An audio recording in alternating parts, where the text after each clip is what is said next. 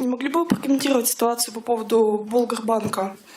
Там сейчас тоже паника, так сказать, начинается по поводу того, Нет, эту ситуацию я прокомментировать не могу. Единственное, что когда была ситуация вокруг Татфондбанка и Интех, когда поступили сообщения во время администрации, мы как бы незамедлительно об этом сообщили. Поэтому по данному банку комментарий дать не могу. Из-за чего это случилось? Вот нормально работал банк, все хорошо было, даже перспективы рассказывали и премьер-министр.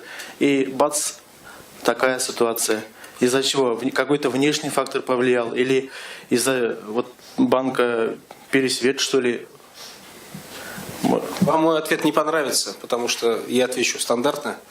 На данный момент Временная администрация проводит обследование. Действительно, в ее деятельность никто не вмешивается. Они проводят четкий финансовый анализ причин, которые будут оглашены. Вы знаете, что по итогам еще будет принято решение.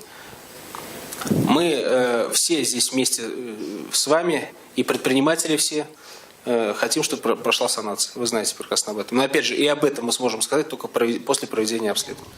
В целом состоянии сейчас поддержать ликвидность и финансовое состояние наших предприятий. Что касается некоммерческих форм, таких способов поддержки мало. Их мало на самом деле в стране.